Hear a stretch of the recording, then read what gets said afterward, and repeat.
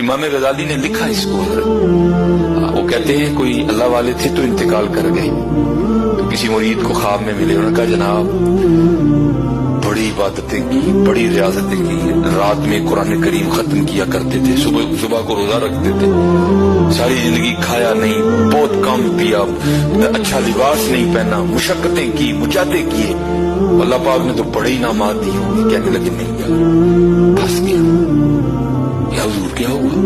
اب فرماتے میں ایک دن بیٹھا ہوا تھا تو بے موسم کی بارش برس پڑی، اہمی بارش شروع ہو گئی، تو میری زبان سے نکل گیا بھائی یہ کس موسم کی بارش ہے؟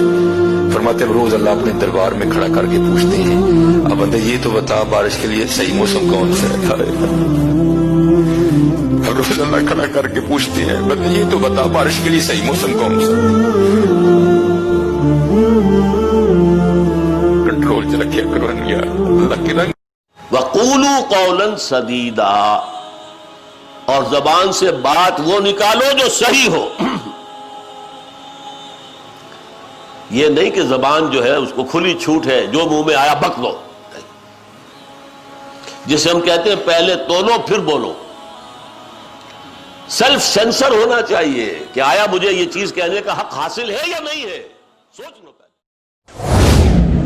میرے بھائیو میرے نبی نے کہا معاذ یہ زبان یہ سارے دین کا خلاصہ ہے، اسے قابو میں رکھ، ہر حال میں اس پر لگام چڑھا کے رکھ تو تیرا دین سلامت، تیری دنیا سلامت، تیری جنت کے راستے آسان۔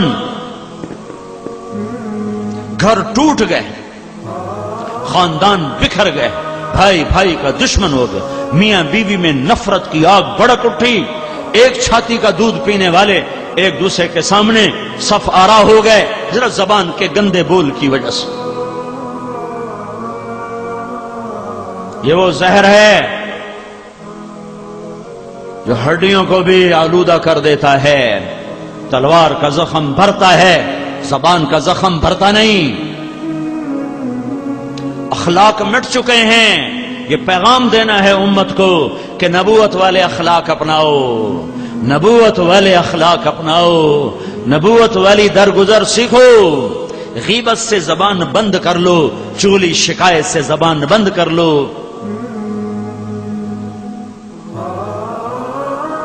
میرے نبی نے فرمایا غیبت زنا سے بڑا گناہ ہے، زنا کہ یہ نظام توڑ کے رکھ دیتا ہے، یہ دلوں کو پھاڑ کے رکھ دیتا ہے، یہ آگ لگا دیتا ہے نفرتوں کی۔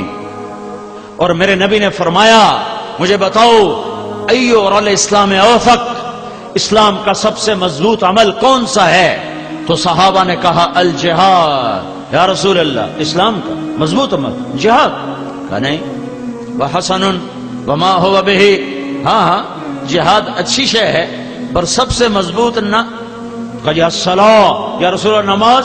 کہا وحسنۃ وما هي بها، نماز بھی بڑی اچھی چیز ہے، وہ نہیں جو میں کہہ رہا ہوں۔ کہا جی الحج، یا رسول اللہ حج؟ کہا وحسن وما هو به، یا رسول اللہ روزہ؟ کہا وحسن وما هو به۔ یہ سارے بڑے عمدہ اعمال ہیں، سب سے مضبوط سب سے اونچا نہیں ہے۔ تو صحابہ نے پوچھا یا رسول اللہ پھر آپ بتائیں کیا ہے؟ تو میرے نبی نے فرمایا ان اوثق عر الاسلام الحب للہ، اسلام کا سب سے مضبوط عمل وہ آپس میں اللہ کے لیے محبت کرنا ہے، اور اس محبت کو سب سے زیادہ آگ لگانے والا زبان کا بول ہوتا ہے۔ تیر تلوار کب چلتا ہے ہر طرف، توپیں رائفلیں کہاں چل رہی ہیں ہر طرف؟ یہ زبان کے تیر ہیں جو بے خطا دلوں کے پار ہو رہے ہیں۔ تو میری مذاق کی بہت عادت تھی، جدھر بیٹھنا کوئی خیال نہیں کرنا جی اگلا کون ہے، کسی کی فالٹ فائنڈ کر لی، کوئی چھوٹے قد والا آیا، کوئی جو ہے ایک ایسا کوئی بندہ آیا جس کو کوئی مذاق ہم کر سکتے ہیں، اور بس ہم شروع ہو جاتے ہیں۔ تو it is only at that time of peak I heard this hadith and I was really scared کہ یار معاملہ اتنا خطرناک ہے۔